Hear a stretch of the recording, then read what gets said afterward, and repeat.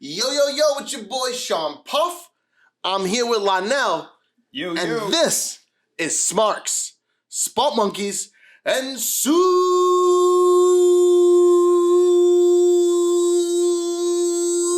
Geeks. I smoke too much for that lung capacity you got there. God dang. But I do too, so I don't know what it is. Yeah, you got it. I had to hold it deeper for Hogan. Yeah. This is Hogan. If y'all don't see, got the Mega Power shirt. Hulk Hogan's anniversary, the anniversary of Hulkamania. Go back, look on Peacock. If you have Peacock on the network, go back and you can find this date, 1984. Go back and watch Hulk Hogan pinning the Iron Sheik. Wild, because for me, that was what did it for me to start. So I wasn't even born yet. Right. Crazy. So we're a whole different age group. But I watched wrestling. My dad would watch it Saturday mornings. Yeah, yep. Right? So I remember watching, it wasn't live because it happened at Madison Square Garden. And they showed it afterwards. So I remember watching it on TV and Hulk Hogan winning the championship and it being this whole big thing. And so it was dope. So we're going to get into that today. I don't want to get into that yet because I feel like we're just going to talk until we're like, all right, we got to stop. Yeah, once that conversation starts, it's going to be hard to stop. Yeah, it's going to be wild. But there's a bunch of stuff going on. We got a great show for you guys. Of course, Hogan's like the meat and potatoes. But there's a few other things going on in the wrestling world that I want to make sure we touch on. So by the time you guys see this, we're going to know more about what's going on. We're recording this right now. It's 7 o'clock on a Monday night. So Raw hasn't happened yet. But everything that's going on is about Seth Rollins being injured. It looks like he tore his MCL and ACL or something like that. He's messed up. But we don't know how bad it is. And we don't know if he's going to be able to do Mania. So the questions right now are, he's the champion on Raw. What do they do?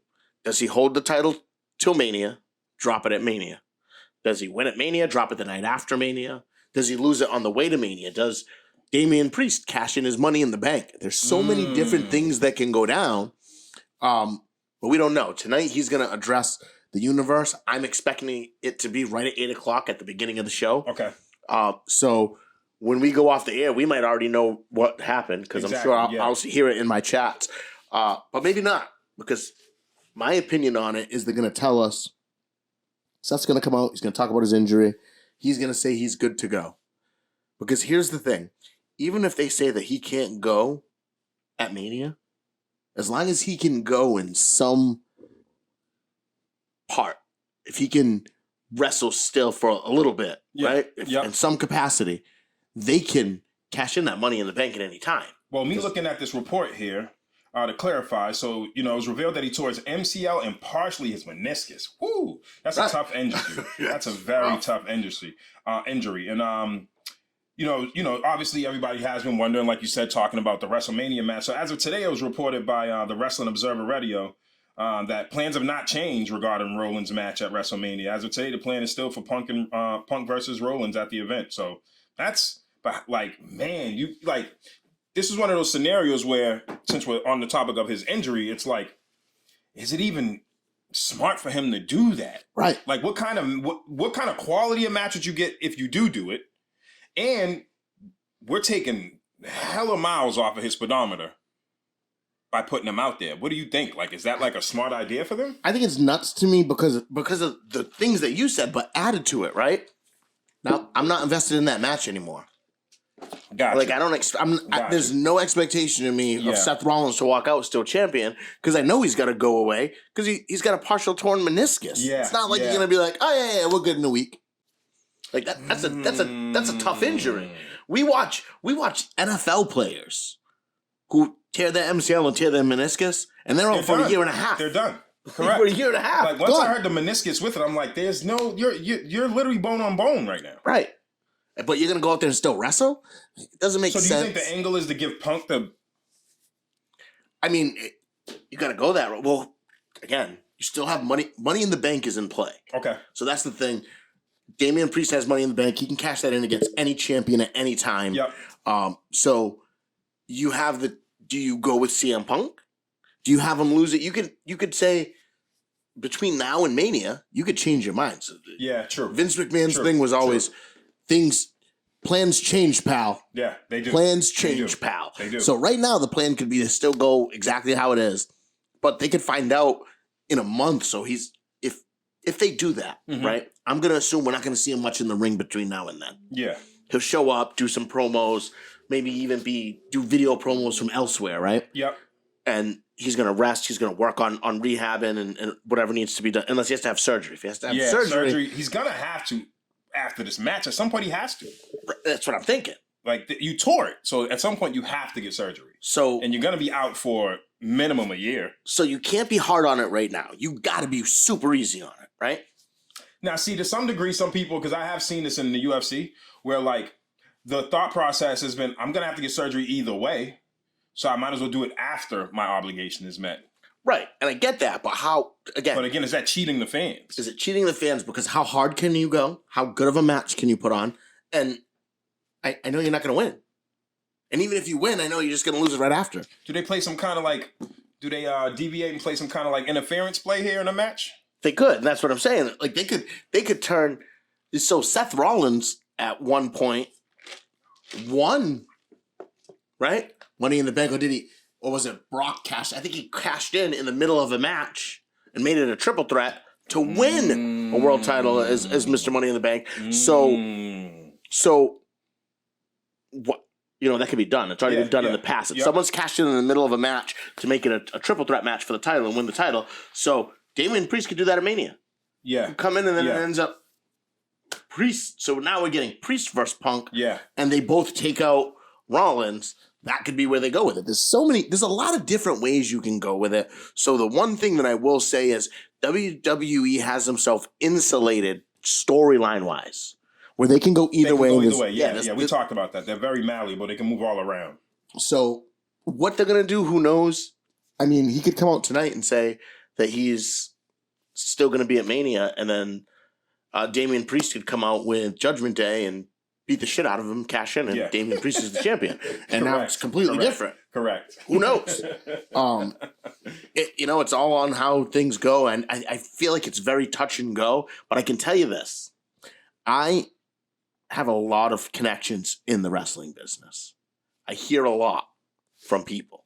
And I can tell you that tonight is very different from a lot of other Raws where they are being very, very closed lip, tight. Like they're not telling. Like I haven't heard anything. I haven't found anything from none of the sources. Nothing, huh? None of the groups either. Nothing they're like keeping that? everything like very, very close to the vest. And that's very interesting.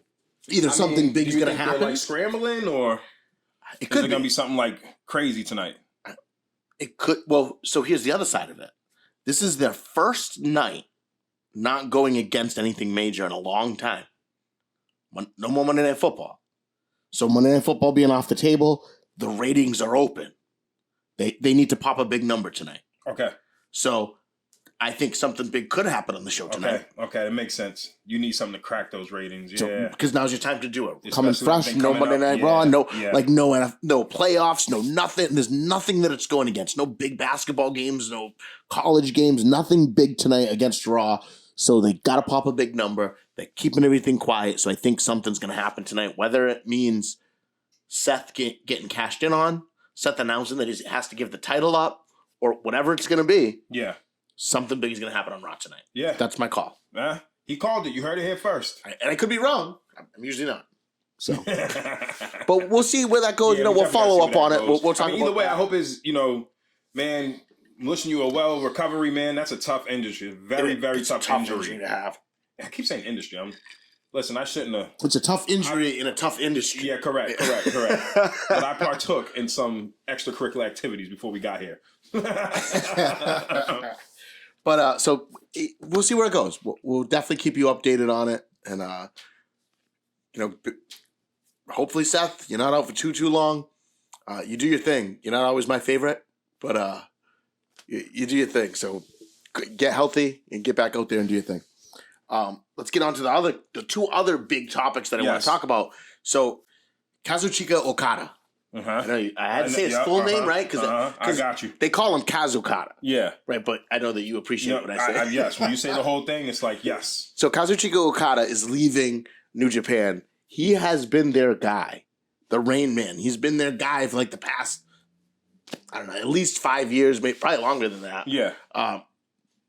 Big deal for him to be leaving New Japan and going somewhere. We don't know where he's going to go. Where do you think? I don't know. So here's the thing. What makes the most sense? I don't know. Here's why. So if you're just going to get money, yeah, probably Tony Khan in AEW.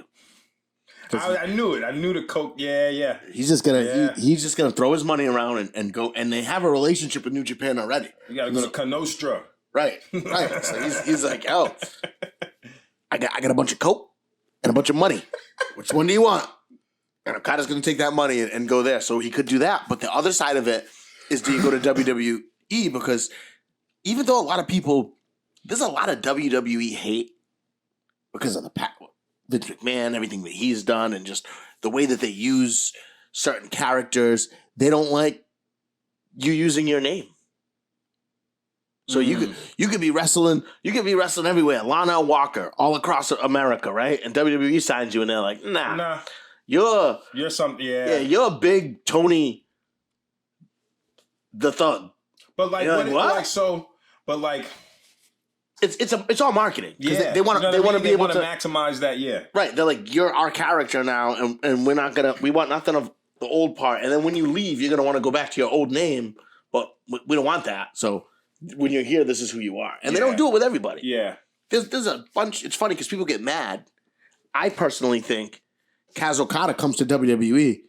He's got to stay Okada. Everybody, like, people know him as Okada. Yeah, completely. So I wonder, like, it depends on where your profile is by the time you get there, maybe? That's part of it. It's weird. Like, you look at some of the females that are there right now, the female wrestlers that come from Japan. They've all pretty much got their names changed. Wow, he was with them for 16 years? Yeah.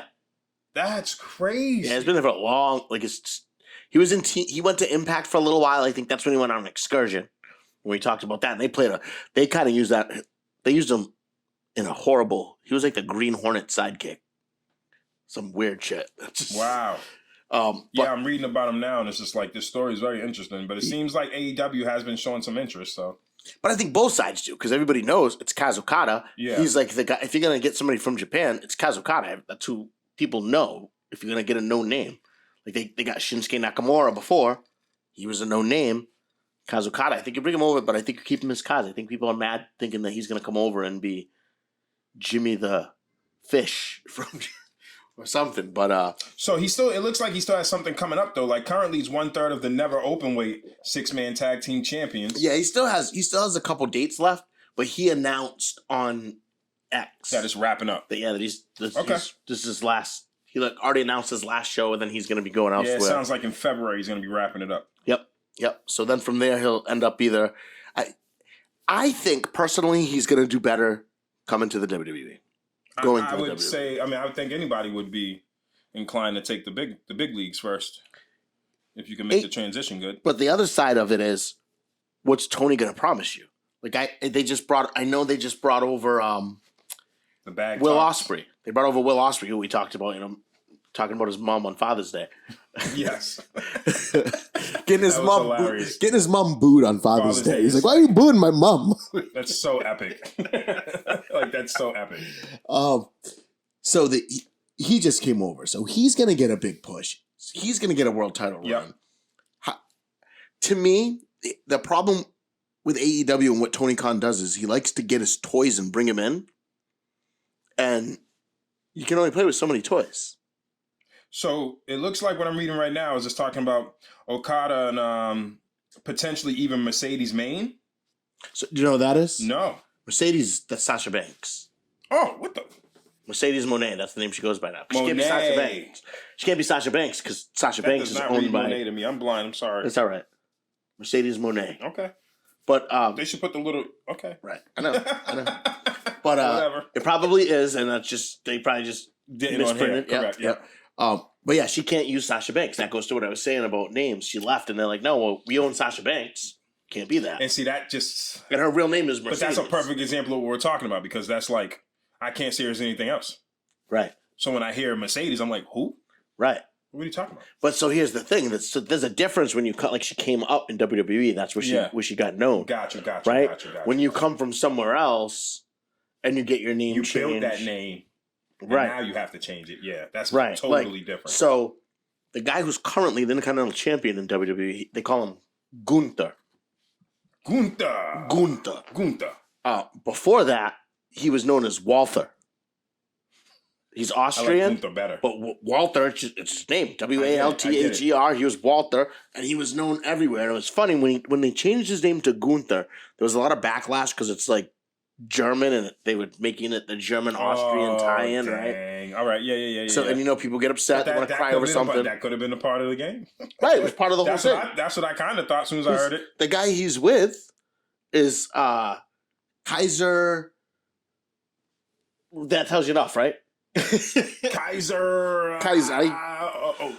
Forgetting the but he's Kaiser. So you got Kaiser and Gunther. Yes. Obviously, you're going with that Russian. Yes, it's the whole tie-in with that. People were mad. They're gonna ruin this guy. That's mad at They're USSR. changing Walter. Everybody knows him. And dear Gunther, stupid. Gunther is now the longest reigning Intercontinental Champion in the history of WWE. Like, he broke Honky Tonk Man record. Wow. And Honky Tonk Man was the Intercontinental, like, that was his thing. I'm the greatest Intercontinental Champion of all time. No one ever had an Intercontinental Champion longer than me. I'm the Honky Tonk Man. Not no more. Not no more. So that's a wrap, bro. So these are all the things you got to think about with Okada. He could still come to WWE, whether they give him a new name or not. Yeah. If they know what they have, they're going to use him, and he's going to be a star. I think if he goes to AEW, he's going to get a shine, but there's just too much going on there. Yeah. There's too much going on there. I think he's better coming to WWE, and I think that time frame gives him a Mania debut. Or like right before Mania, if he leaves in February and he's coming here, Mania's in April. I mean, you just talked about something big happening tonight. Yeah, but he's not. He's there till February. Doesn't mean you can't make an announcement.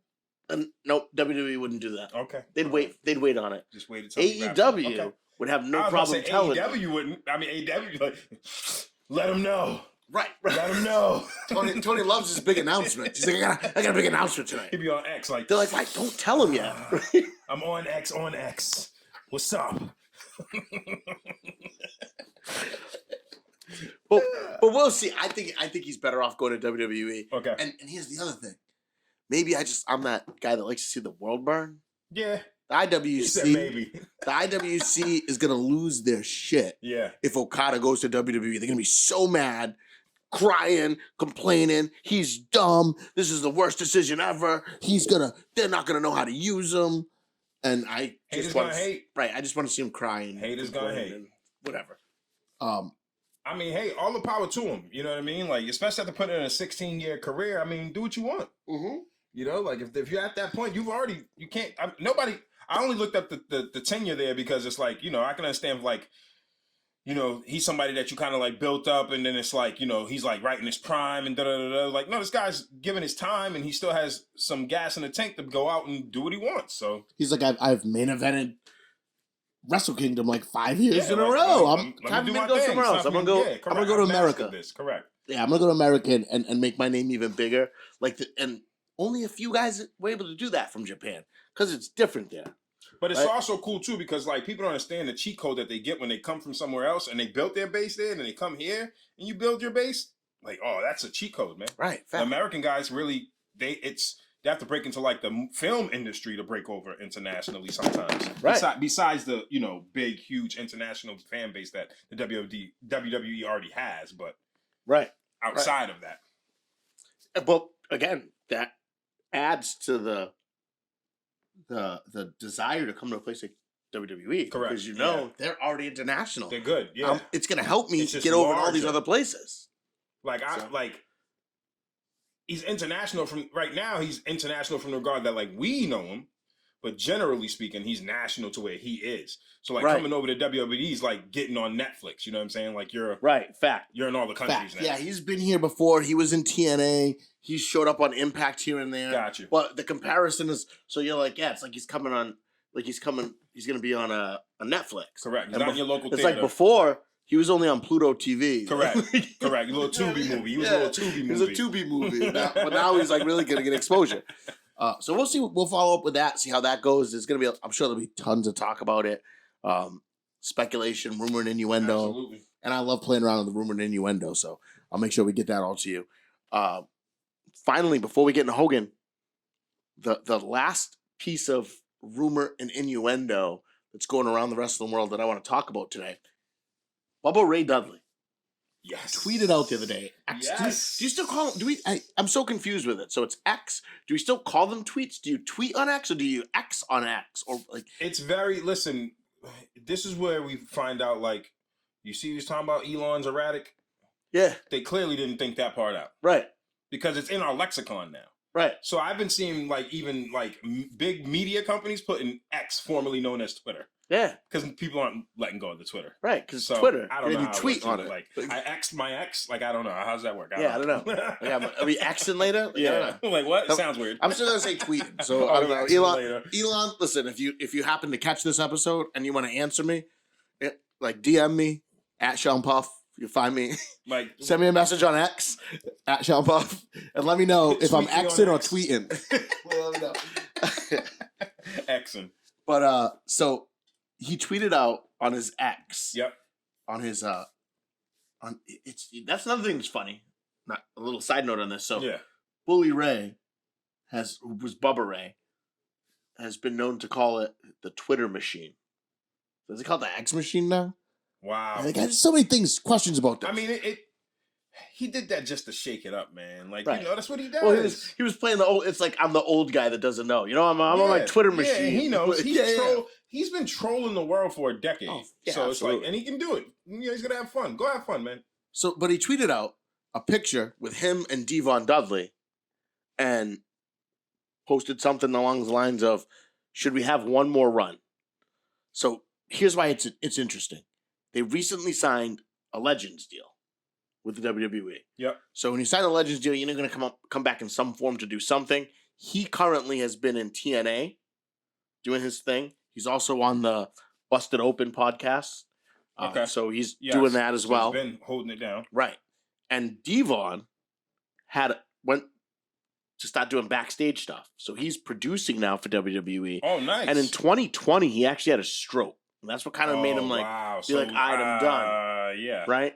But modern medicine, guys that are built like that and have that, like, he's not a guy that was like you look at the Dudleys, you know, they weren't like doing steroids. They weren't these big jack guys on steroids. Strokes are tough. Right. But rumor and innuendo is he may be able to get back in the ring. He may have gotten a lot better now, and they're saying, oh, you could get in the ring like a little bit, not like that's go what I'm about hard. To say, just, you know, we're not slamming you off ladders and stuff. Right, we're not doing TLC against correct. against Edge and correct. Christian and the Hardy Boys anymore. But yeah, you can give someone you can lift somebody up so Bubba can hit the 3D on him. Correct. Like, that's cool. Yeah, that's it. it. That's about the extent of it. Right. So I'd love to see the Dudleys make one final WWE run. That'd be so interesting to see. And I'm not a big fan of. How long do you think if they did want to make that? How long do you think it'd take them to get ready? Well, so I think Bubba's already ready. Think so? Yeah, he's been wrestling. Like I know his last match in TNA was like a month ago. Okay. So like he's still actively wrestling and doing his thing.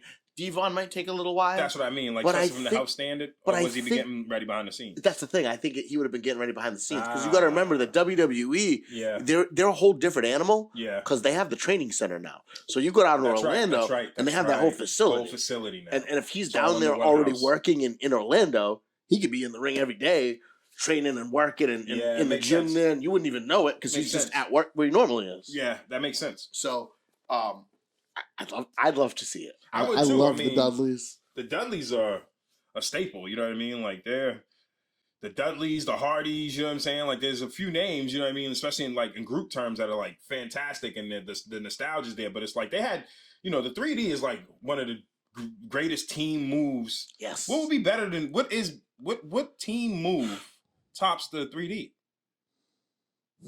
That's a tough one. I would argue the Doomsday Device, the Legion of Doom. You know, put you on the shoulders and hop, like gives you that close. That's a cheat code. That's a cheat code. But that's the only other one. Dang, that's a good one. Yeah.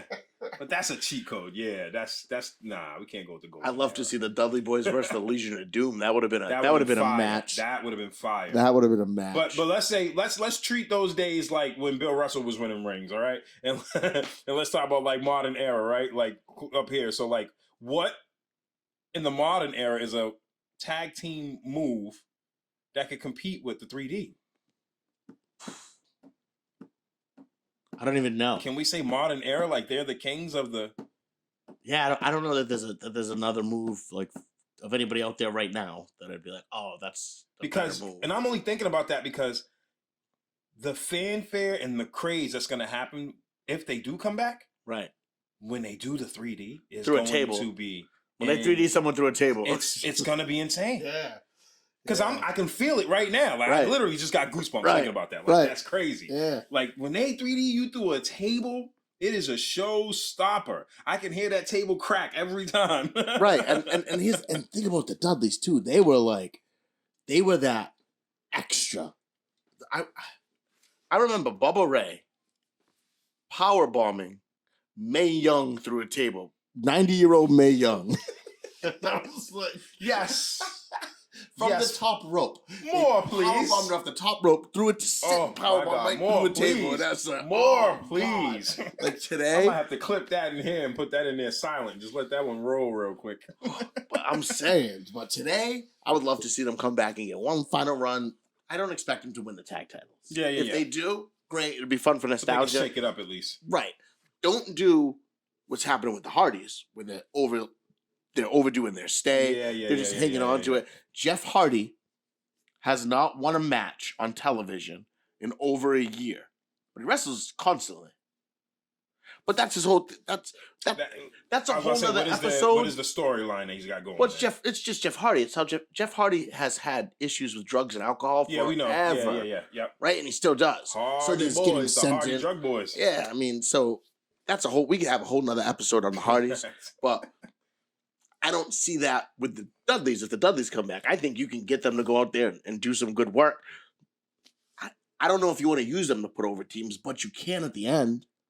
You can put somebody over big against them. I think you can throw them into the mix, and it can get interesting, but they won't come out on top. But you can definitely throw them in the mix of some of the top stuff and shake it up. Because if you get a couple of those guys, just catch a couple of 3Ds through the table, depending on who it is. Because you can't, the 3D through the table, the 3D period is going to be huge, but who's getting 3D can add so much more value to it too. Fact.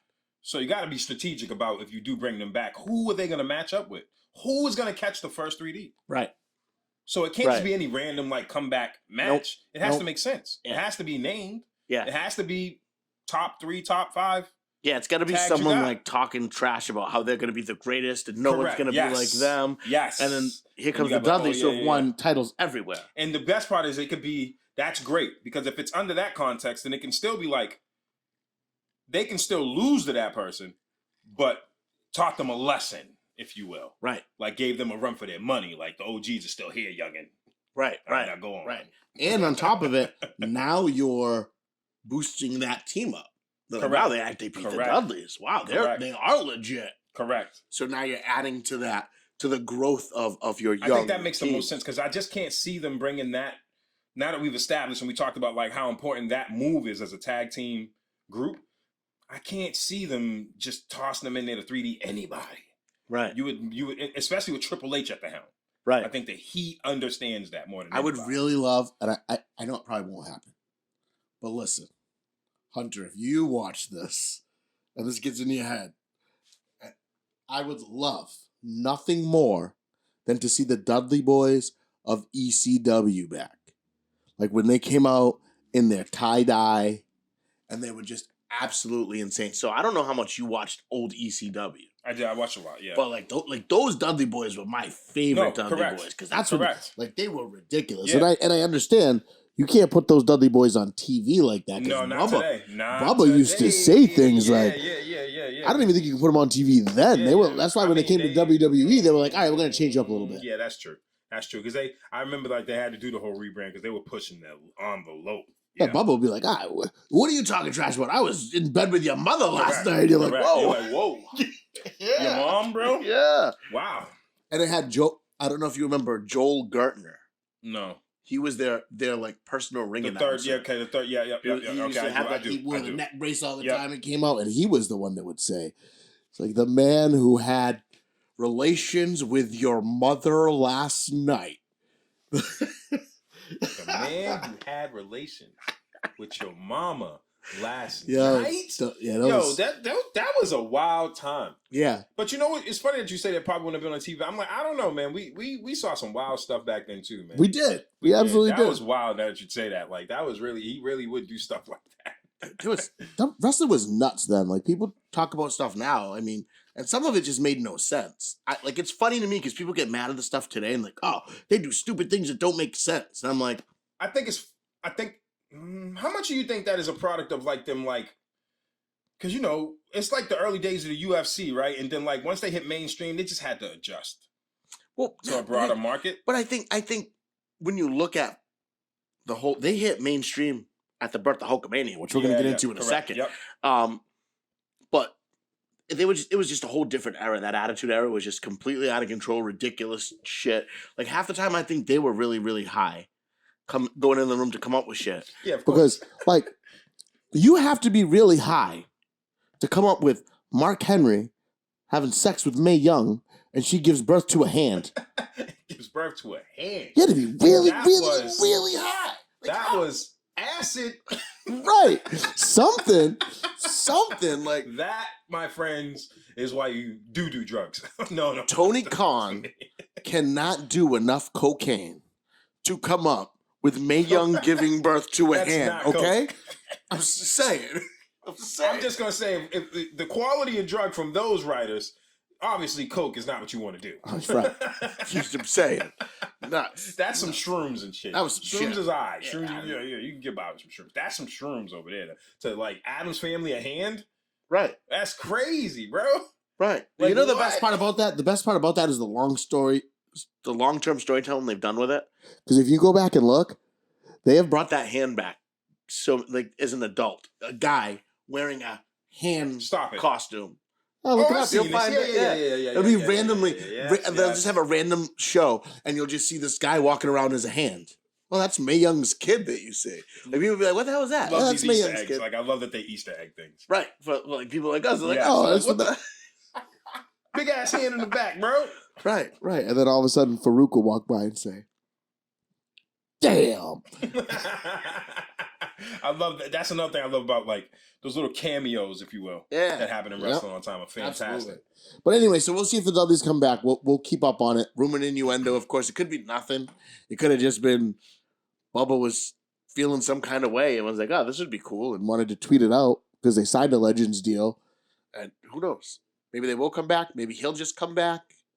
Maybe we'll see Bully Ray instead of Bubba Ray in WWE. We have no idea. No idea, but I'm here for it. I can't. No, you don't like Bully? Nah. We just need that original package. Nah, it ain't the same. I have to see the original package 3D somebody. Well, I think you could still do that even if you brought just Bully back, and you have because Devon's like a backstage producer. You bring him back in a role where he's not in the ring and he's just there with his brother, supporting his brother. Yeah, I mean, if I'm accounting for the health situation, then yes. But if it's not a health situation, barring the health situation, oh yeah, we deserve it. We need it. We need it together. Yeah, fact. Man, I'm there for that. All right, let's get into the heart of this show. Let's go. This is what everybody's been waiting for. People have been watching our reels, like throwing comments about how they feel about everything. Here it is, the 23rd of January, 1984. Hulk Hogan pins the Iron Sheik and becomes the WWF World Heavyweight Champion for the first time. A reign that will last 4 years. Unheard of. I mean, granted, San Martino had like a 10-year title reign or something insane like that. Wow. Like, you had guys like way back in the day that had really long title reigns. But 4 years. Yeah. Hulk Hogan held the title after this day. Yeah. And it's considered to be the birth of Hulkamania. Because it wasn't Hulk Hogan's first big win. It wasn't his first rodeo. But this was when Vince gave the reins to Hulk and said, we're going to do something different here. This is when they came out with, I remember him, not in person, but on TV, in video, driving through cities in a T-top and stopping and like getting out and posing and the kids coming up. And, you know, train, say your prayers, eat your vitamins. And, you know, that was like the big thing. And it took on wrestling took on a whole new dimension with Hulk Hogan and Hulkamania. And love Hulk Hogan or hate Hulk Hogan, you don't know what you're talking about if you can't acknowledge what he did for the sport of wrestling. We wouldn't be here. This podcast wouldn't be here today. Correct. Raw wouldn't be here.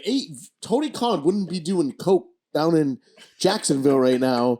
Well, actually, he'd probably still be doing coke. But he wouldn't be doing it with AEW wrestlers if Hulk Hogan didn't do what he did. Correct. You know, he just changed everything. He took wrestling from this like bingo hall, smoke-filled arena place that was completely not for kids and turned it mainstream. Correct. The rock and wrestling connection. And for the younger generation, if you haven't done your research in it, look up the rock and wrestling connection, how it started.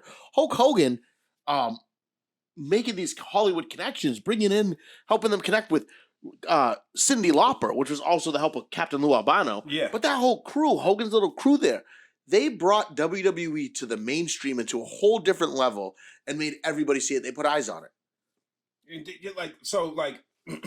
And that's the thing, because like just because I may not like something someone does, at some point in their life doesn't mean I can eradicate what they did. Right. Facts. So like I have to like okay, y'all ready? I took a deep breath for the listening audience. All right, I just took a deep breath. I do not like what went down with R. Kelly and all the different ways that it went down. TP2 still fire. Mm-hmm. That doesn't mean that I'm listening to it around my kids and da-da-da-da, but I can't lie to you. Sometimes in the car, and if for some reason it pops into the thing, and I'm like, I catch myself, because you know, subconscious, you just be riding. And then after my subconscious hits, and I look around, I'm like, ain't nobody here. I'm listening to this whole album. Right, it's fire. fact. You know, so it's just like, not to put it in the same box, you know what I'm saying? Because even that's a little crazy, that whole R. Kelly situation. You know, some people argue a little bit, but whatever. The point is that because he did what he did later on, can never take away from the body of work that he put together, except for some of them songs. He wrote them songs. Basically, he Young Thug this up. He basically wrote all of his exploitations in the songs. Yeah, that's kind of nuts to think about it. Like so some of those songs are nuts. But I mean, you still did. I believe I can fly. But that's what I'm saying. Like you can never. You can't. You like listen. If they went back and took that song, Space Jam is not the movie it is. Without that song in the soundtrack. Right. Like Michael Can Fly, but that man gave a narration and a vibration to the movie. It was the song of the movie, and it also brought motivation to a whole generation. The new Space Jam was missing that. The new Space Jam didn't have that formula of the song with the theme. It just had the characters. LeBron, I'm here high. You're right. It was missing that. Yep. So back to Hogan, you can't take away from the man's legacy. You cannot like some of the shit that he got into. I don't like all of this stuff that he got into. But I don't like all of the shit that I get into. I don't like all the shit that my friends get into. You know what I'm saying? I don't just like start disowning people. Especially if like you didn't kill somebody or rape somebody or maim somebody, something like that. I believe that as society, you got to grow up and learn how to let people redeem themselves. Here's the other thing too. So we did this so much to get on that part of it, but think about this. Why can't, with a wrestler, why can't you separate the person from the character? He's not Hulk Hogan. His name is Terry Bollea. Yes, yeah. Hulk Hogan is a character, right? So if you were like, I'm just trying to think of an actor that might. I'm just gonna throw, for example, let's just say we found out that Kevin Hart was doing some shit, right? Yeah. You wouldn't be like, oh, that movie was horrible. Oh, I hate that. Well, I'm gonna take it even out. I'm gonna take it a different level. Let's say we found out that Christopher Reeves Yep. was doing grimy shit. Yep. We wouldn't be like, oh man, I hate Superman. Yep. Well, no, here's the problem. But here's the problem, and you know this. We live in a society where people are doing that. Right. And it's crazy. Right. It's nuts to me. I don't get it. It's literally nuts. It's literally, listen, again, there's certain circumstances in society that I have lines in the sand. If you do anything to children, then yeah, I eradicate you from history. I don't care. You never existed to me. You rape women, anything like that, you don't exist to me. But N-bombs, fucking shit that like we all know that we're all guilty of in some light or different way, or we know people and we didn't check them on it in our own little circles and shit like that. We just, like, some people like, well, I never did that, but you might know someone who did and you sat there and was quiet, all kind of stuff.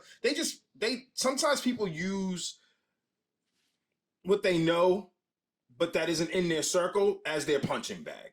And in a lot of ways, that's what Terry had to deal with. Right. But the other side too is that I also can't blame the fans because they don't know Terry. But here's the thing. True. Very true. But They just know their hero. But I know a lot of bad things. light. Right, but let's be real about it. You can't just take things at what's said. Don't you know what I mean? You gotta look into it, right? Of course. So we're mad about it, and you heard my whole thought about it, what he said, why he said it, the context of it. I don't need to get into that all over again. There's a real Well, hold on, because I'm reading this, so I do want to get into a little bit. all right. So this is the part I forgot. Okay. Okay, it's not just the M-bomb. The source of the M-bomb.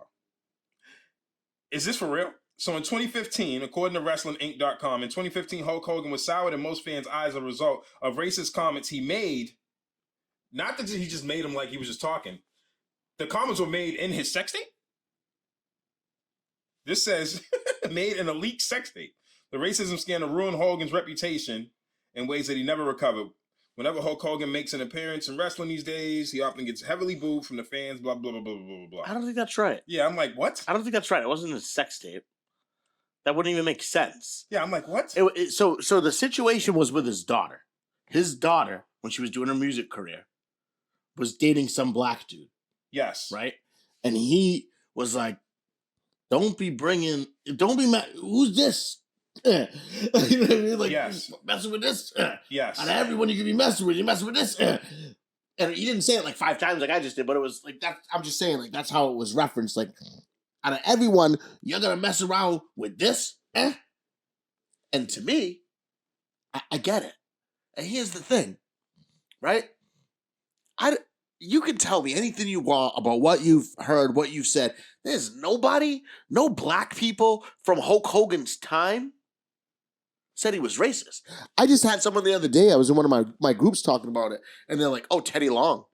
So I was like, Teddy Long said that? I got to go look, because I'm the type of person, if you can show me something that shows me that I'm wrong about something that I thought, I'll own it and be like, oh, I didn't know that. Yeah. You know what I mean? I didn't know that. Thanks for bringing that to my attention. I don't want to be running around here screaming stuff that's not true, but this is what I found when this was said to me. Okay, yeah, there it is. There was a revision, and it was not a tape. It was tapes that were done during a proceeding that it came out about his feelings about his daughter dating that young man. So it had nothing to do with a sex tape.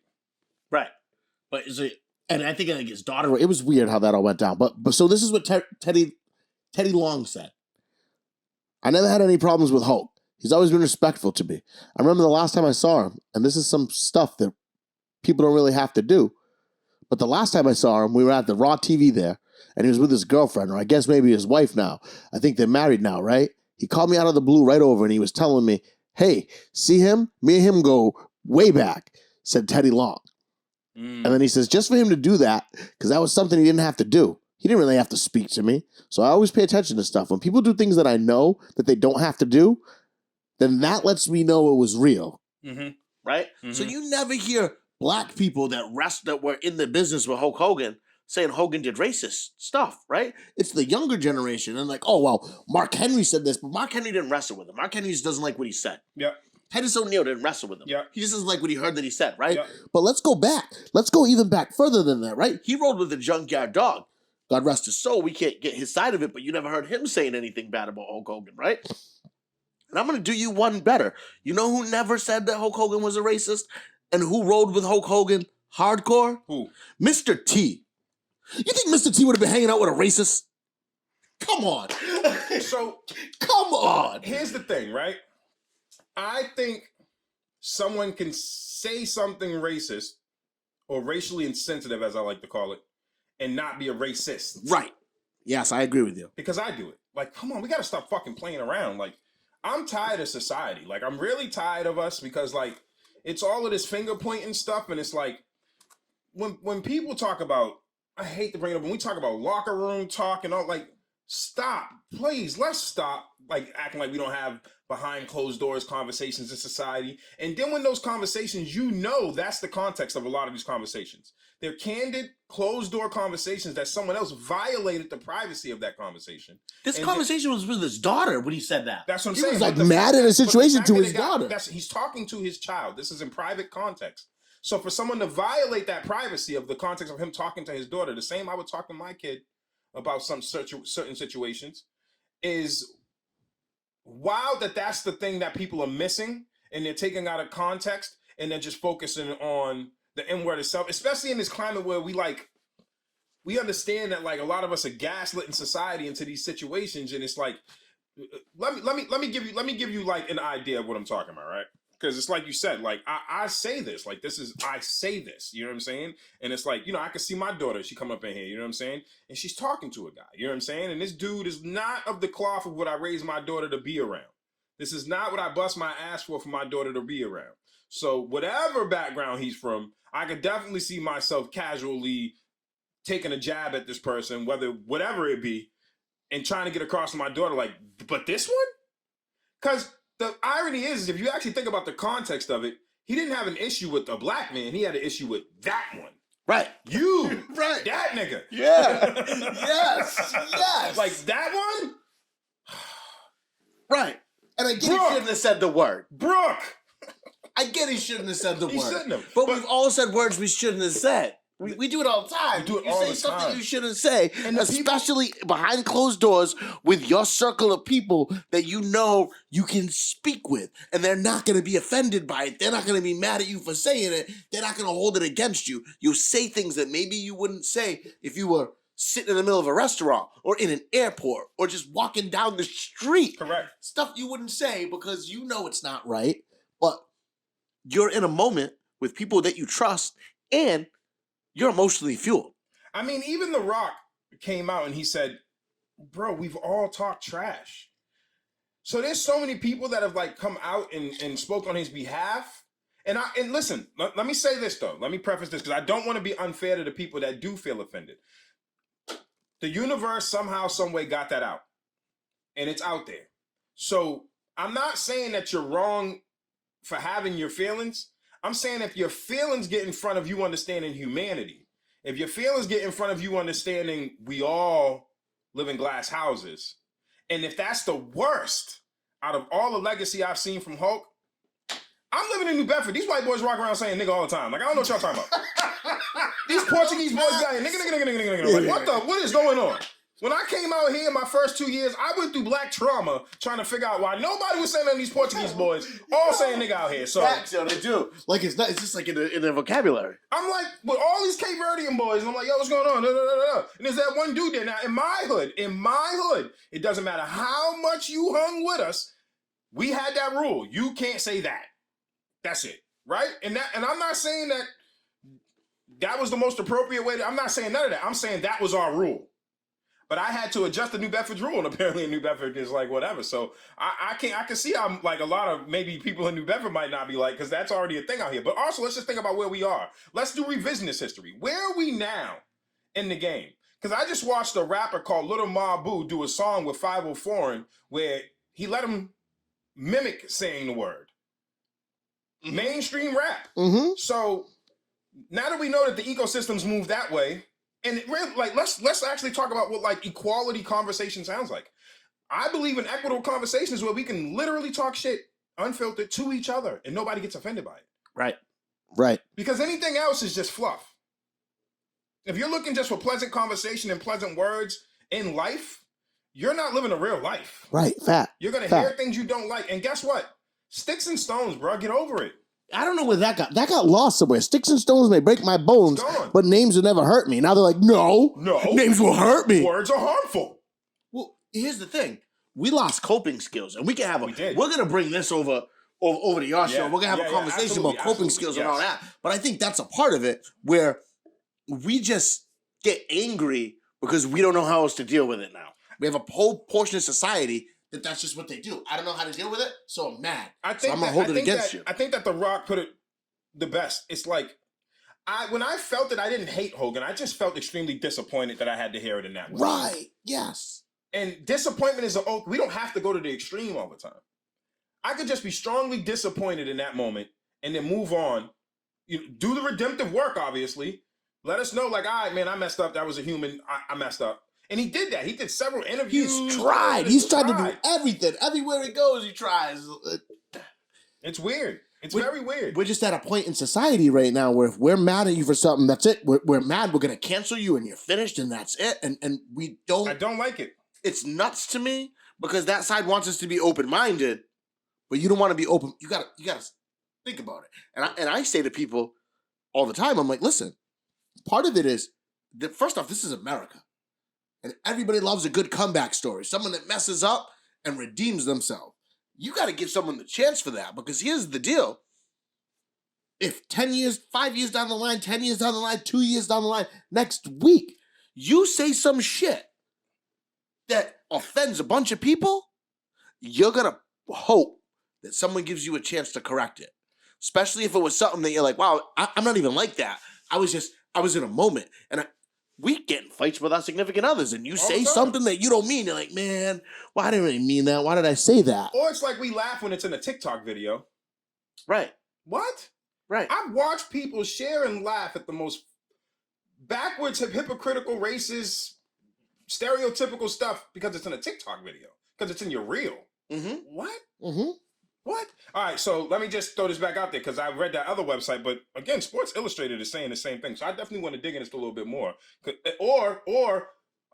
Terry, it's time to go make some of these people change up some of this wording because the fact that it's coming in Sports Illustrated, I'm reading off sportsillustrated.com, that says WWE icon Hulk Hogan was inducted Wednesday into the Boys and Girls Club Hall of Fame and took a moment during his acceptance speech to allude to the racist sex tape that led to his firing from WWE. So let's figure this out because that's crazy. Like that's what I mean by like you hate the man so much that we're gonna keep adding salt. I don't know for certain, right, so let me just say right. that. I don't know for certain, but if that's not a real thing, then that's just another layer.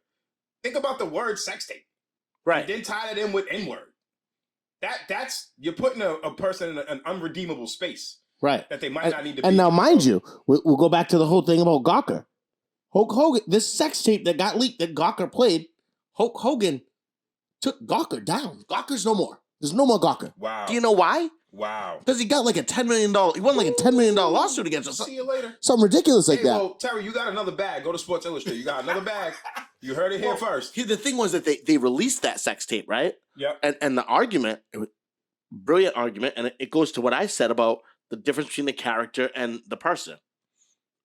This was a sex tape of him having sex with some woman at his house. Yep. Right? And their argument was... You mean today's OnlyFans? We don't even give a right, shit seriously. anymore. Well, but they put it out and did all this stuff, and then Hogan was like, that was like personal. That was a personal... Correct. And now that I personal- really think about it, I think the conversation did happen, like something there, and it was him explaining to this woman what he had said and how it went down. So wait a minute. So you mean to tell me my man's got done clapping some cheeks? He was thinking about the situation with his daughter. He's sitting with this person. He's talking about it. It wasn't like an intimate. I don't think it was like a sex tape. I think it was like footage of his house. Oh, okay. Right, and they got footage from his camera. Okay. And he was sitting. He was okay. Got you. So he had a whole thing. Jeez. So they're like, oh, cool, we're releasing this. And his thing was, yo, this wasn't even done like that. This wasn't like a sex tape done like that. And I'm Terry Bollea, and they're like, well, you were on Howard Stern talking about your sex life and this and that. Like, what do people go on Howard Stern to talk about? Well, no, here's the thing, and here's how he won the case. And I thought it was brilliant. He won the case because he said, yeah, that was Hulk Hogan. If you listen to that interview on Howard Stern, Hulk Hogan was talking about his 10-inch penis. I'm Terry Bollea, and I don't have a 10-inch penis. So it's not even the same. Plausible deniability. And he won because they're like, well, yeah, look at, you got the tape. You don't have a 10-inch penis. That ain't the same guy that was on. That was Like, on look, you brought this. This is your evidence. right. You can see them back in the day too, because they didn't have the tech we had. Somebody had to go get the measure and put it up on the screen. Like, yeah, I did the math. It's about 6.5 here. I don't know, guys. It's not. That's not Hulk Hogan. That's definitely Terry Bollea. Terry. But he won, and Gawker shut down because. Yeah, I see, Hulk he was Hogan seeking 100 million. That's what so he got some stupid amount too. Does it say in there what he got? It's stupid. It didn't say what he got. I didn't see it in this article. It's stupid. It's crazy. But I mean, it's. So let's just recap real quick, just on that part, and then we can get into the greatness, right? So in today's era, his tape was on OnlyFans. His conversation was on Twitter /X Spaces. He got 31 million. Cash settlement. All right, so listen to me, guys. And just so you know, he won $140 million judgment. That's why they had to shut down. Like, he asked for 100, and they were like, "Oh, we're gonna give you 140." And they were like, "Yo, we don't like what? We gotta shut down." And he was like, "Cool, shut down and give me 13 million, and we're good. Get out of here." There are some names and legacies that you do not play with. Okay, and clearly this guy has the right team, and legal counsel around him that made that a big W. Mm-hmm. Big W. Because I can tell you in this climate, people like Tasha K, they're barely getting, like, yeah, Cardi B sued her and she won some money, but if they don't got it, they don't get it. Right. Gawker had it, and he got it. Well, they didn't have it. They didn't have 140 million. That's why they just got a business. So he got his 30, like, and they closed the door. Right. He's like, I'm taking everything. How's that? And then you're done. Bye. Bye-bye. See you Wow. later. And I think that his lawyer is this Vince McMahon's lawyer, because Vince McMahon's got. If you go back, if you guys have ever watched Dark Side of the Ring, I don't know if you've watched Dark Side of the Ring. I have got to turn you on to that. Yeah. Dark Side of the Ring is dope. It like gets into all the back, all the behind the scenes stuff. all the dirty shit that happened, right? The steroid. Watch the episode on the steroid scandal, and how they like tried to get Hulk Hogan in court for that. Hogan has beaten court cases all the way back to when they were trying to take him to court for that. They tried to get him to testify against Vince McMahon, and he did a hell of a scrub job too, because like all of these websites that supposedly have the sound from the thing, they don't have it anymore. No, because once they got that are you gonna play a tape that just cost Gawker $140 million? Oh, they got, you know where they have it? On SoundCloud. SoundCloud, you go, hey, Terry. I just want 5%, bro. You out here getting 30 mil? I just want a cool 5. Just a cool 5. I will sit here all day and look up everybody. I'll make you a hit list, Terry. Let's make this happen, bro. I don't even need that. Give me $250,000 and we're good. I got you. That's a game changer. Nah, Terry, you don't understand. Our services is worth your 5%. This is true. This is true. No one will ever speak on Terry 6.5 inches ever again. Right. I'm saying. But, I mean... Hogan's 10, we'll protect that too. Right. Hogan's 10. So it gets to the point where, I don't know, if Brooke was effing black guy's son, well, they've been hanging out. I caught them holding each other's hand on the tour. They were getting close to kind of inaudible. I'm not a double standard type of guy. I'm a racist to a point, effing, da-da-da-da-da. But then when it comes to nice people, da-da-da-da, redacted. So that's basically like the little choppy thing they put up. But that's kind of like, and I feel like, so here's the thing. Aren't we all like that? To a point, we all have a little bit of, and I don't even think racist is the right term. It's prejudice. Because a racist, and that's the thing, we don't understand words and terminology and what the words mean, right? Because a racist person thinks, my race is better than your race. My race is a superior race. And we all have a little bit of prejudice. I admit it. There's times when I'm in a situation and a certain person will walk by me and I hold my shit a little bit closer. I'm like, I don't trust this. Yeah.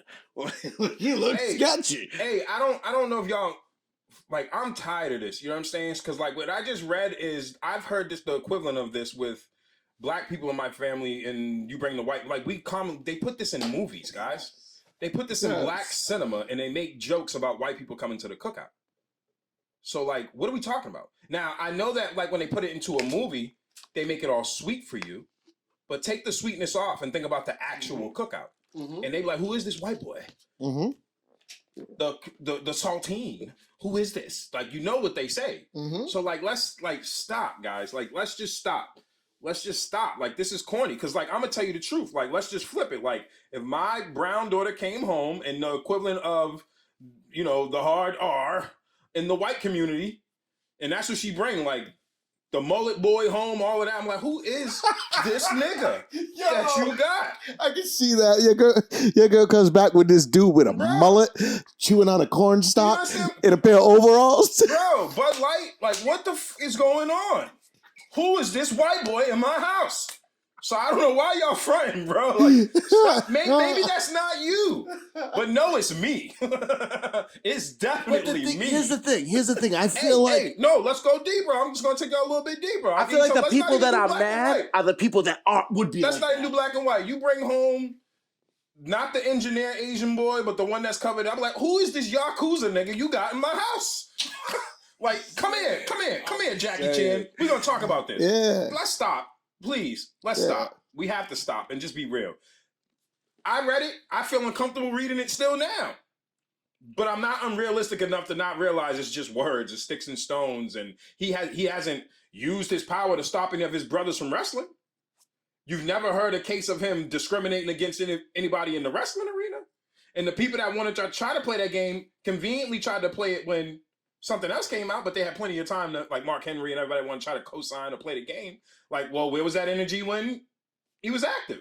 Mm-hmm. Why are you hiding behind the guise of something that's iron, you felt was iron-proof enough for you to tag onto? Mm-hmm.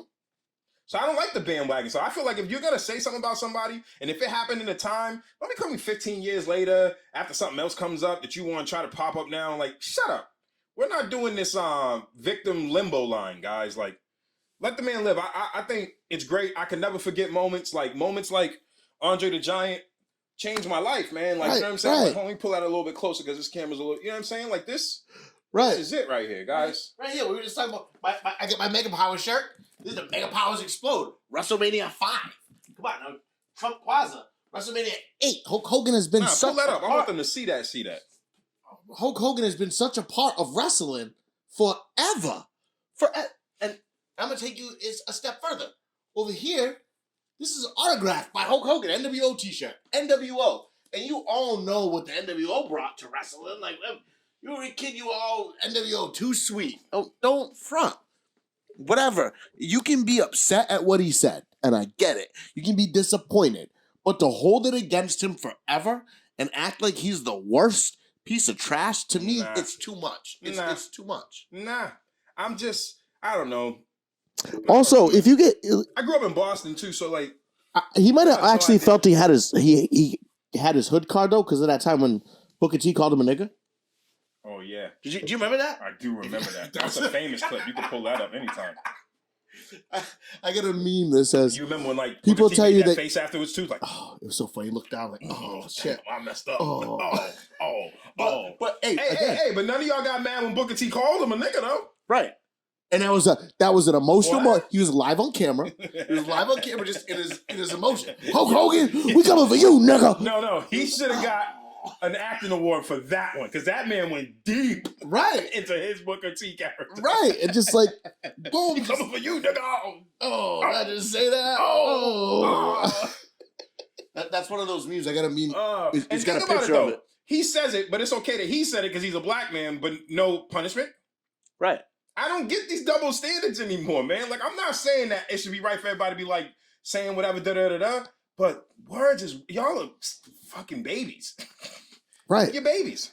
And this man, like I said, this man has done so much for the wrestling industry, and he's done a lot of things with black people. And when you talk to black people that personally know Hulk Hogan and have had a history with Hulk Hogan, not a single one of them ever had anything bad to say. He did No Holds Barred with Zeus, Tiny Lister, Debo from Friday.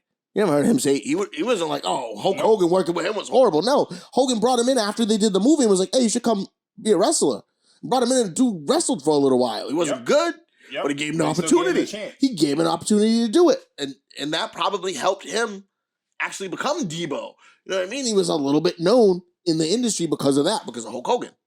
People don't think of that. No, like they I said, really don't. Mr. T to me is the biggest one because we all know how Mr. T was. And if you don't, Look it up. Mr. T, Roddy Piper didn't get along. I don't know that Piper was a racist, but Mr. T made it seem like he didn't like black people. Roddy Piper said, I didn't like him because he wasn't a wrestler and he was trying to get into our business. So I don't appreciate that. But T took it a little bit different. And that dude rode with Hogan. He rode with Hogan.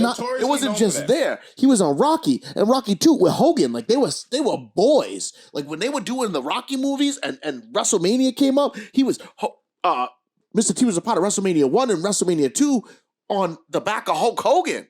That brought him along and helped, and that actually helped build Mr. T up too. Mr. T was doing the A-team, but it took Mr. T to the next level when Hulk Hogan took him along for that ride with Rocky and WrestleMania. So this is a guy who hasn't just been like, oh, he shit on black people his whole career. And you can say, oh, well, he held this person down, that person down. Hulk Hogan held everybody down at one point because he was the man and he had the keys to the Ferrari. Correct. It was just kind of what it was. Correct. And it's like, yo, it's so crazy because like you have to think about how hard you had to dig into the crates for that one, because I would expect in the era that they came in, right? Best coat, best everything you could possibly get out there, and there's nothing else. Right. That's it. That's it. One time, and you're like, no, he's this and that, and I get it. He did do a lot of things. There was a lot of booking things once he got like later in his career. That's the NWO and listen, if you don't like Hogan for that reason, cool. I'm not even gonna argue with you. Yeah, if you're like, I don't like him because he did this in the industry, he screwed this person over, he messed up this thing and that, fine. I'll give you that. But if your reason for not liking Hulk Hogan is because he said some racist shit, get over it. I'm sorry. Get over it. Move on.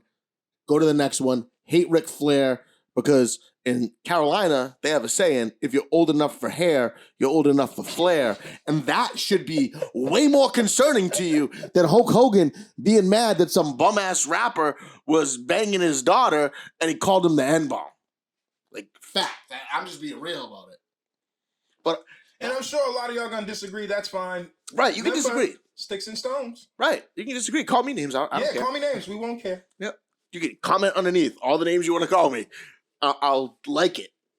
I'm sure when we top this reel up, we're gonna get some of that. Oh, fact. We're gonna get some of that. Yeah, but it is what it is. But I'm just being real with you. That's the whole care. thing. And if you don't like it, like it is what it is. And I don't like when people take things and make it to an extreme when it doesn't need to be there. Mm-hmm. You know what I mean? Like this man built a legacy that, as for me, I'm a Hulkamaniac because that was what brought me into wrestling. Hulk Hogan winning that title made it great for me. And then that cartoon came out, Rockin' Wrestling. And Hulk Hogan was hanging with the Junkyard Dog, Hillbilly Jim, and Mr. T. Like, this is great. Hogan's hanging with Mr. T. And I loved Mr. T as a kid. I wanted to be B.A. Baracus in the A-team, put me in that black van, and let me go shoot up places. And as the blonde-haired, muscular, famous white man, he didn't have to do that. Right. So it's like he wanted to. When right. you have a certain level of wealth and you're around certain people, it's because you want it to be. Right. Fact. You're not in the company of any... When you hit a certain bracket, you are not in the company of anybody you don't feel like being. They're not like our broke asses. I'm sorry. It's just the truth. So when you see people of that level of caliber of money and all of that stuff, like, you know, as far as finance is considered, they're in spaces with the people they want to be. When he's at Rocky movies, because like, but again, there's gonna be some niggas I like, there's gonna be some niggas I don't. Right. There's gonna be some white people I like, and there's gonna be some white trash I don't. Yep. And I name them accordingly. Right. Right. I do. Me, I do this. But I feel like we all do. I don't care how woke you are, how politically correct you are. You do it. Nah, and if you tell me no, you there's don't, literally people like, no. But what they can't deny is that their brain has never done it. Right. Right. You just don't say it out loud because of whatever reason. Whether you're afraid, whether you just don't think it's right, whatever, but you think it's in your mind. Well, let me tell you one of the weirdest ones. The liberals and the lefties that say, and again, I take no party affiliation, but I definitely think it's weirder when I hear from the liberals and the lefties, I don't see color. I'm like, what the fuck are you talking about? Like, right. Huh? Right. I see you, you see me. Yeah. It's okay. To say I don't see color is the most dismissive. I get what you're trying to say, But you're saying it wrong. but steep it in reality. Yeah. Steep it in reality. We see color. What the fuck you talking about? Yeah. Like, don't give me some reading rainbow jargon that you're trying to LeVar Burton me right now. Like, oh, let's read the book together because LeVar's a G. But again, like, just keep it real. Reading rainbow, we see the colors in the rainbow. So, like, just keep it real. Like, say I am a flawed human. I have crazy thoughts like anybody else. Yes, there's some preconditioned shit that comes into us from society. I work the best I can to maintain that, but I'm not perfect, and I can't be expecting perfection from anybody else. Right. Stop it. What's that? Grow up. It's easy enough. Hey, real quick, while we're talking about all this crazy stuff, man, I was just reading this that, for some of my gamers out there, WWE 2K24 has been announced, and they're doing cover variants this more to honor the 40 years of WrestleMania. So be on the lookout for that. I saw it's that. Really cool. I'll send. I have a picture of it. I'll send it to you so you can put that cover up there. And there's 3 different covers. Like one is Cody Rhodes, another one has Bianca Belair Yes. and Rhea Ripley, and then the Ultimate Edition, it has 40 years of WrestleMania. It's got everybody, like a bunch of people from To Mania celebrate history. the 40 years of WrestleMania, the game will feature a 2K showcase of the Immortals mode that allows players to relive some of the event's most iconic moments.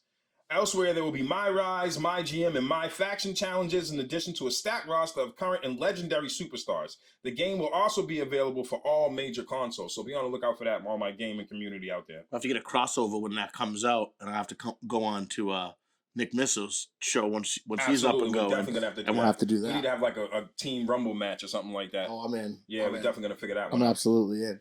But so, again, 40 years of WrestleMania, it's not a coincidence, in case you guys didn't realize, it's not a coincidence that 40 years of WrestleMania happens with 40 years of Hulkamania. Correct. Because Hulkamania started it all. Started everything. WrestleMania was built for that, and Hogan went through it all. This guy, let's get on the other side of it, because I think we've We've done that. We got beat that. a dead horse with that. See you later, Let's guys. talk about all the other stuff. Let's talk about the So he greatness. comes in, he holds this title for 4 years.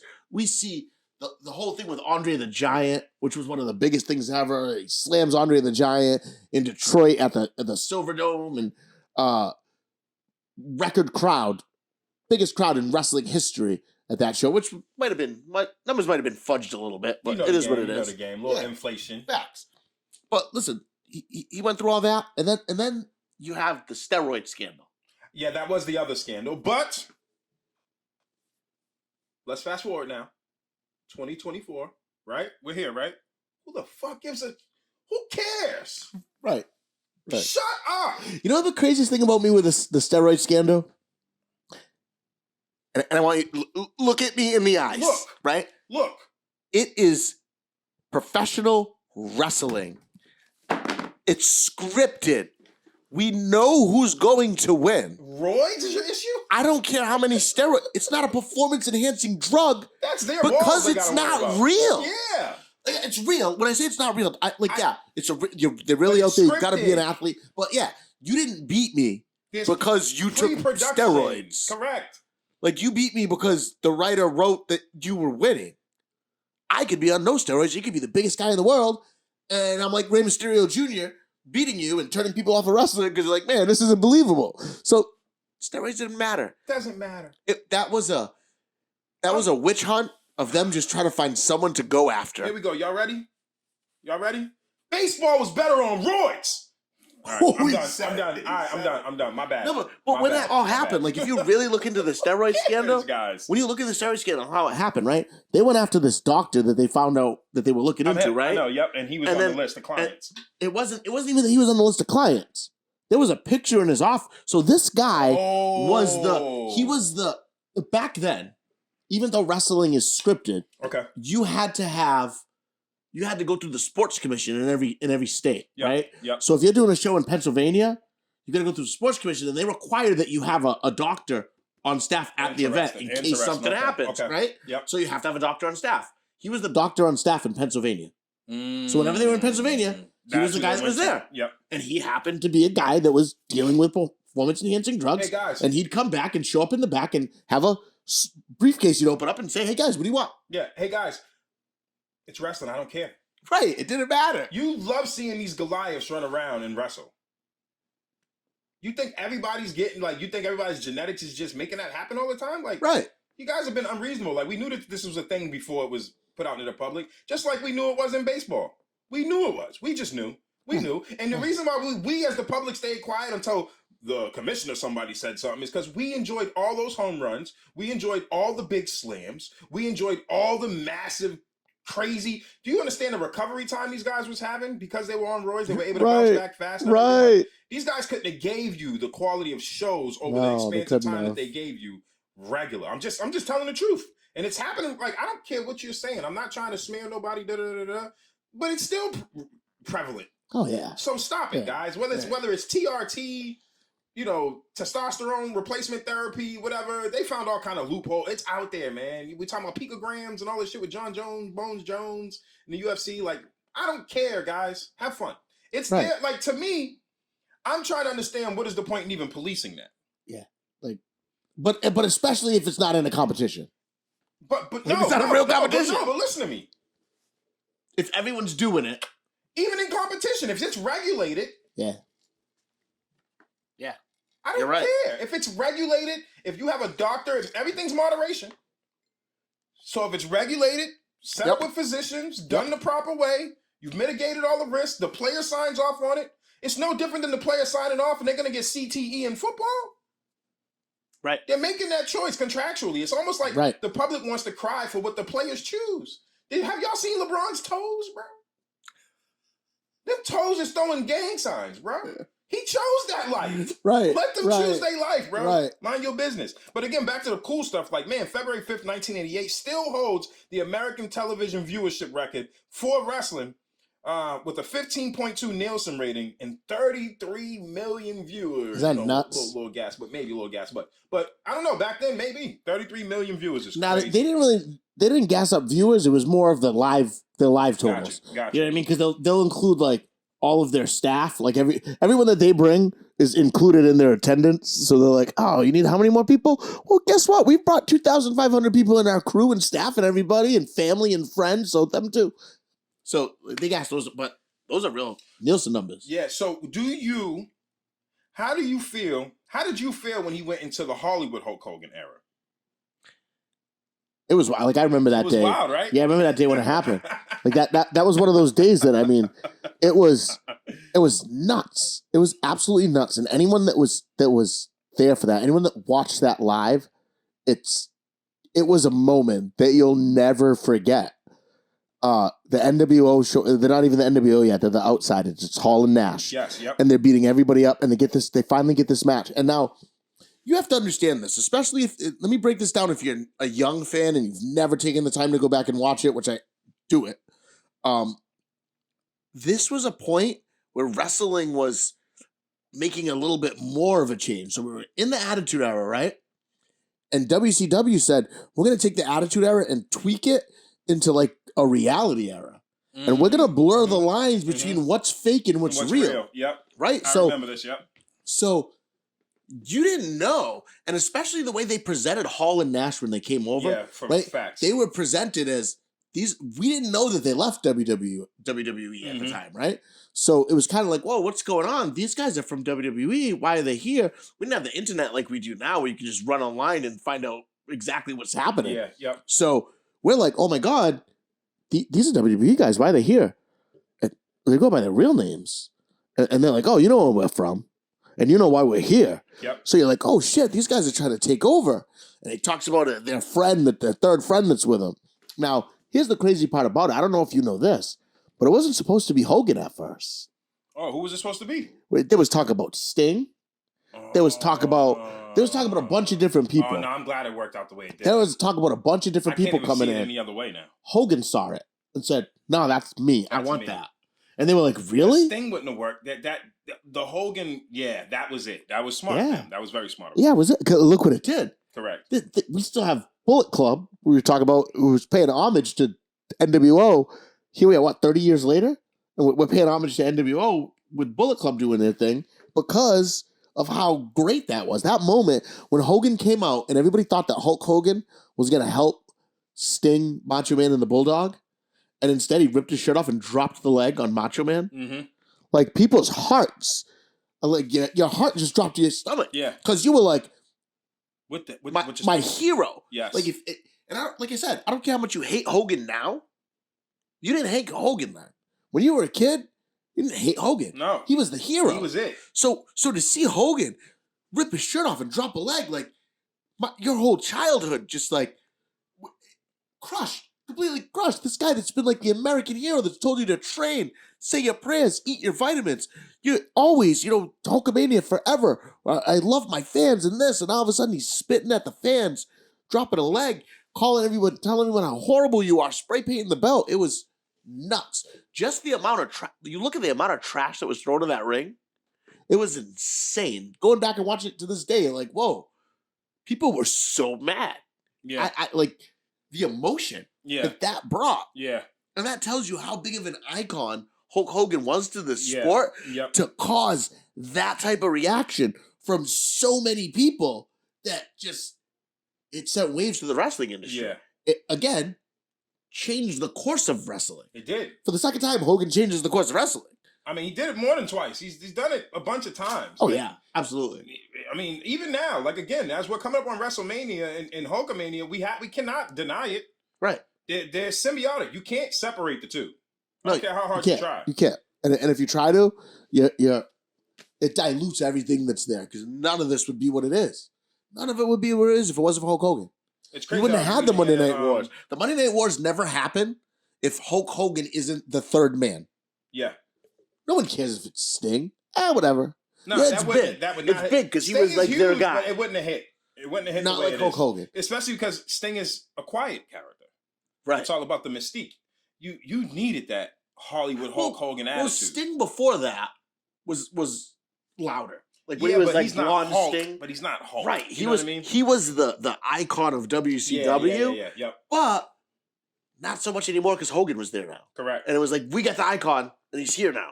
We got the big. You didn't bring. I remember that feeling, that shift, Right. where it was like Sting was doing this, Hulk came back, and he kind of like he still was rising, but it was just like you got this big ass rocket next to you. Right. Well, guess you're like second fiddle now. Correct. And we don't care about Sting versus Flair anymore. Now it's Hogan versus Flair. Yeah. Correct. And so it would have never hit the same. We wouldn't have had the Monday Night War like we did. WCW would have never skyrocketed if Hogan did this. So Hogan skyrocketed WWE and WCW. Sure, he sank TNA later with his horrible booking and being in control of things. But that's after. Think about, first off, you have to have an ego to be a professional wrestler. You have to think you're the shit. Oh, of course. It's like any other athlete. Yeah, absolutely. So you have this huge ego. And then you launch the sport into a completely new stratosphere. And then Let me explain how you much. do it again a decade later. Let me explain how much he was loved. Oh man, guys. On television, announcers explained that both Hogan's injuries and his WrestleMania loss to the Warrior took such a huge toll on his fighting spirit that he wanted to retire. You know why he didn't? Because viewers were asked on national TV now to write letters to Hogan and send him postcards asking for his return. I remember that. Yep. You understand? Like how much you meant in an era of young people's lives for that to be the thing. I mean, this is before social media. You had to physically write a letter and mail it in, and he got inundated with so forget your inbox. Imagine your mailbox with 10,000 messages in it. And you have to sit there, and then you felt like you might not have had it after an injury and said, I'm coming back, and then gave us bodies of work after that. Mm-hmm. So I don't know how we can't appreciate that. Right. Seriously. And I get it. Train, say your prayers, and eat your vitamins. It's different. His vitamins were steroids. Whatever. Who cares? Take your vitamins. Whatever. Who You'll be cares? big and strong like Hulk Hogan if you take the vitamins he's taking. But I want to go into the steroid thing. We were talking about that. Yes. One of the funniest quotes from that Dark Side of the Ring when they talk is the lawyer, Vince McMahon's personal lawyer, who was Hogan's lawyer as well. He says someone asked him, like Hulk Hogan didn't have, like he won and didn't have to take the stand Yep. against Vince McMahon. And he says, people came up to me and asked me, you got Hulk Hogan off from having to testify against Vince McMahon. And Oliver North didn't get off of having to testify. Ronald Reagan didn't get off of having to testify against Oliver North. How the hell did that happen? And this dude's answer was, well, maybe Ronald Reagan had the wrong lawyer. I mean, yeah. And Gawker thought this was the guy that you want to have to go to court against. I don't know. Yeah. But yeah, Hogan just did so much. So much this guy has done through his career, from TV shows to movies. Remember, what was the movie that he was in where Mr. Nanny? Remember Mr. Nanny? Yes. Yeah. I was just reading about this too. That's funny. Let me find that quote. No, because it was a funny ass line. I just went over. Hold on. Let me find it. From Mr. Nanny? Yes. But he did everything. He was the first Hollywood wrestler. Like, he was, before The Rock was in movies and Cena was in movies, you know how those doors were open? Hulk Hogan. There it is. Yeah, 93. It's crazy. In a comedy film. And you know what threw him on the scene after, again, it was that him being at the Rocky movie with Mr. T and everybody, and that blew him up and gave him other opportunities. So, like, when we look at the Rocks and everybody, and we're talking about all these movies and everything, like, again, Hulk Hogan, in a lot of ways, Roddy Piper, he paved that road. They paved those roads. This is not new. This is not a new formula. The Rock being a movie star is something that's been happening throughout the WWE, WWF, whatever, WCW, all of those things, that universe for a long time. So, but again, he's one of the pioneers. He's one of the huge pioneers. They was even talking about an interview that he did on a TV show, a late night TV show, and they had Lou Ferrigno there, the Hulk. The original TV Hulk, and they were talking about like how massive he was comparative to Lou Ferrigno. Lou's not a small guy, Not at all. not at all. But you can make things look larger than they are on camera, but you also can't hide it when you have another real massive person around. So Right. I want a side note on that because we're talking about Lou Ferrigno. Yes. So, Fun fact. I have I guess it would be like a Second cousin. My Yep. father's cousin. Really? His name is Manny Perry. Manny Perry was a Hollywood stunt guy. Yep. He now runs stunts in Hollywood. like, if you look up, Like, go to the Fast and the Furious Yep. and look at stunts. He was in charge of all. He's like the guy that's in charge of Wow. all the stunts. Like, That's dope. that's what he does. But Manny Perry was a bodybuilder from Wareham. Like, from Wareham, Really? Colorado. He's from here. He's my family. He was the Incredible. He was Lou Ferrigno's stunt double in the Incredible Hulk. Oh, really? Yeah. In the show? Yeah, Nice. so like if you go back and look, and look, like, you'll see him in there. I'll find a picture. I have a picture that I'll show you of Manny next to Lou Ferrigno and holding up dude that plays Bruce Banner. He was like, in the two of them. Gremlins too? Who? Hulk. On I think- IMDb, he has a credit for being in Gremlins 2, the new batch. I think so. I think he had a That's cameo wild. in that. Because then he was so huge that everybody wanted Hogan in a cameo. If you get Hogan in a cameo in your movie, it's great because everybody knows Hulk Hogan. Yeah, that's wild. Like, he was the first big known wrestler. Everybody knew Hulk Hogan. It wasn't just like wrestling fans knew Hulk Hogan. To this day, even if you don't know wrestling, you know who You know Hulk Hogan is. No matter how you feel about him, you know Hulk Hogan. You can't see anybody tear a shirt without having a Hulk Hogan reference. Right, You can't. right. like he transcends. The sport and everything. Like, and the character. I'm not talking about Terry Bollea. And even on that, it's funny because they do anything. I just watched a video the other day. And it was Hulk Hogan Comes to his son's aid during a DUI. I saw that. Yeah. Yeah, right. it ended up shared in that group. Yeah, Did you watch the video? I did. He didn't come to his aid. No, he didn't. He was like pissed. Pissed. He showed up like, what? Yeah, like, what are you guys doing? He's like, I left him like an hour and 2 hours ago, and he wasn't drinking Correct. all night long. I literally sat right next to him. He said he wasn't drinking, and so he just must have done a bunch of shots after I left 2 hours ago. Yep. I look at his friends; they're all drunk. But it's also weird. It's like, okay, let's just. I'm a dad. Like, who are these people talking about this? Because, like, Right. okay, Right. if I can get my kid legally, diplomatically, out of a situation, what? Why would I not do that? Right. And on top of it, he didn't really try that. He just asked, he's like, all right, so what are we going to do? Yeah, correct. And he's like, oh, he's going to go down. All right, so he's going to wait 8 hours. Correct. And he looks over at the other kids that were yelling. He's like, If I were you, I'd arrest all of them. Yeah. He was not trying to get anybody out of anything. Anything. He was just kind of pissed off that he got called out at 3 a.m. to go drive to pick up to find out what was going on with his drunk son who was now getting arrested, and all his friends were drunk. Correct. And you At got the same all this time. stuff that already circulates around your life. So, Right. So he already knew showing up was dragging him into something. Right.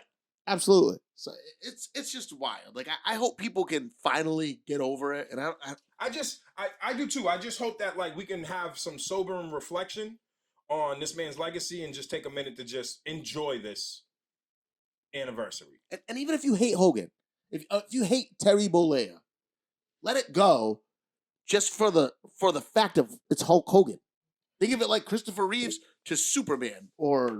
Or Batman. You don't hate Batman because you hated someone that played Batman. You hate the guy that played Hulk Hogan. Great. I mean, there has to be a statute of limitations on words, guys. Like there has to be a statute. But of even if there limitations. isn't, You even if gotta there let it isn't, go. to me it's You can hate the guy. Yeah. Don't hate the character. Because Terry Bollea, I don't care about Terry Bollea personally. He wasn't the one that did all of this to me. It wasn't that guy. It was his character, the way he portrayed on TV. because and let's be real, wrestlers are like your personality turned up to a 12, right? So Terry Bollea probably wouldn't have got me so excited. He's not like this. he's not as wild and crazy and exciting as Hulk Hogan. No, people are forgetting they were listening to a father talk that has to deal. I don't think y'all understand. Like, if you aren't raising children, you have no idea the kind of fears. Some of your biggest insecurities. What I heard was a person that was extremely insecure and didn't know how to deal with his daughter dating. Period. Again, like, and on top of that, I don't know this nigga. So, Right. you know what I'm saying? Right, Like, right. I just let it go. Let it go. And if you can't, allow us who have to enjoy his legacy. And let's think about this too. I want to say this. Think about where he lives. He's in Tampa. Yeah. There's some mean, hood there's some niggas hood- in That's what I'm Tampa. saying. Like, yo, people act like Hogan wasn't moving the way he was moving. Right. Like, even back then, he was around the guys. yeah. So I don't get it. I don't get it. I get it. He didn't want You didn't see- his daughter around hood people. And nobody does. Like, you know what I'm saying? Like, I'm from the nigga he was talking about. I'm that nigga. So, like, He's like, that was me 10 years ago. let me That was explain me. something to y'all. My wife is brown. She could cook, but she's mixed. I met her mom. Her mom is the white mother. Okay? Her mom took me on a walk. The only woman ever in my life. Now, all these black girls I was around, I ain't meet none of their mamas, the daddies wasn't around, nobody gave a shit. All them girls. Doesn't matter. Even other races. This white mom took me on a walk and had to talk to me about her daughter. We literally walked the block of her house, right? And she basically told me don't be a nigga. Like, she did it in the nicest way possible. Like, hey, man, you know, I see what kind of lifestyle you got going on. I just don't want my daughter in the mix. And this is coming from a white. She's also mixed, but she's a passable white woman. Okay? And I could have took that all kind of ways, but I know who I am. Right. I stole her. Right. You know what I mean? So it's Stole like, good conversation, great job, mom.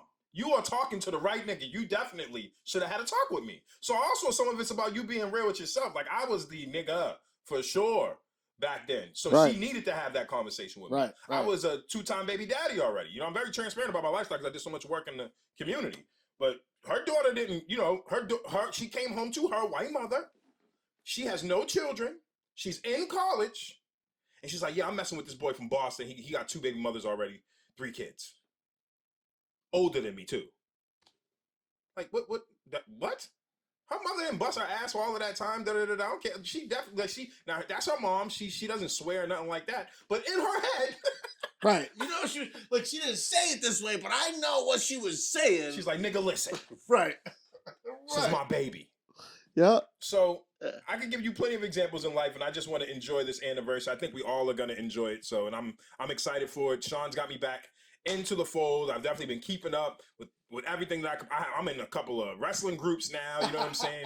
I'm in there trolling people already. So Hey, check it out. I got a shirt coming out next week. Oh yes. Hey, we're gonna go to a wrestling event and we're gonna bring shirts and you we're know gonna sell I'm them.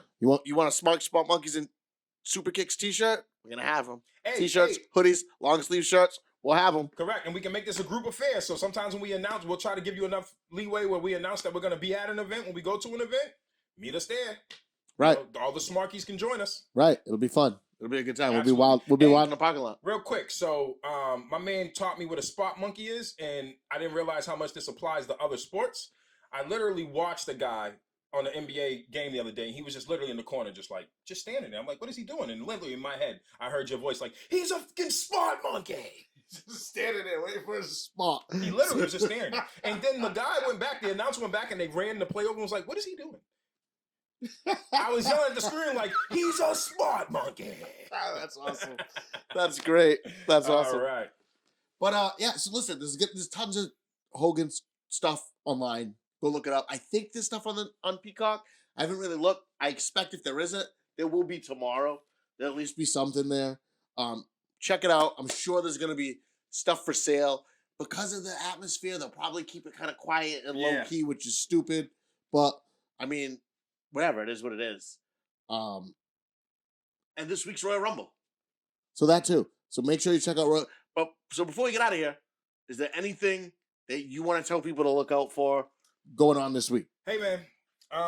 Honestly, nah, man, everything's moving smooth. I just want to say thank you to all the people who have been supporting. We definitely been putting up some very funny and interesting shorts on our YouTube channel. Again, you'll catch us on Spotify and all of those things, but at the end of the year, we will be making some announcements about starting our own digital streaming provider platform for our Multiverse Podcast Network. So please be on the lookout for that. But other than that, man, we're just looking to have a great time, man. I appreciate, Sean allowing me as a super rookie at this point, coming back onto the show as a recurring guest, and just, catching up with the lingo, catching up with the vibes, man. Again, I'm just happy to be here, man. I'm happy to celebrate some legacy and have a great time. And it's an honor building with y'all. Like I said, I was like, I'm going to be finishing my show with like, my tagline is going to be, it's an honor to get canceled with you because we have fun on here. So, and for me, I'm going to say this week, Watch the Rumble. Yes. It's one of my favorite shows. It's like that. It's that event that you don't have to be the biggest wrestling fan to get into. And if you're trying to get back into it, that's the show to get back in at. It starts the road to WrestleMania. There's gonna be people showing up that you haven't seen in years. There's always that's part of the thing. 30 guys are gonna be in this thing, and there has to be that nostalgia. That hey, look at so and so's back. That surprise. So look out for some surprises for that. Should be great. Other than that, next week it's finally here. Next week, the Smarkies, the 5th annual Smarky Awards. We're gonna run down the good, the bad, the ugly, the horrible. We might get canceled giving out awards. Yeah, for sure. It'll be a good time though, but make sure you tune in for that. I'm working right now on getting people that have been on the show in the past to present, even if they're not going to be here live. We're gonna get them to present awards. We're working on all that. We'll see how that goes. But either way, we'll be here. I'm gonna be done up. I might actually wear a bow tie and everything. Yo, we still need to get. So I'm ordering that. We're gonna order our little wrestling ring right here to go right in this little ottoman right here. Oh, I like it. We need the wrestling ring there with all our favorite people in there. I like it. That'll be dope. Yeah. So. But I'll probably be in a suit and tie because I'm nuts like that. I wear it's an award show. You gotta be in a bow tie for an award. Listen, I'm the host. I'm gonna have a whole different setup for that too. Like you're gonna be able to like when he's announcing an award, he's gonna be somewhere else, standing there, background, just like we do when we announce awards at different award shows. So we're gonna set it up real good in here. It'll still be in this space, but you'll get it. It'll be dope. So make sure you check that out. Look out for that. Also, of course, there'll be reels. Yes. We're all over the place. So check us out everywhere. Follow me on X at Sean Puff. And everywhere else. We're everywhere. You want to give me a tag? What's your tag? Man, listen, I'm Larnell Walker on Facebook. Just check me out there, man. I'm the only Larnell Walker really on there like that, so just check me out. The rest is just being focused on the Multiverse Podcast. So if you follow, like, share. Correct. The over YouTube and over channel, and over. Spotify, everything you can just Google the Multiverse Podcast Network. You can't miss us. And just look out for all this great content we got coming. And other than that, that's a wrap. So for Larnell, I'm Sean Puff. And for Hulk Hogan, I'm Sean Puff. This has been Smarks, Spot Monkeys, and Super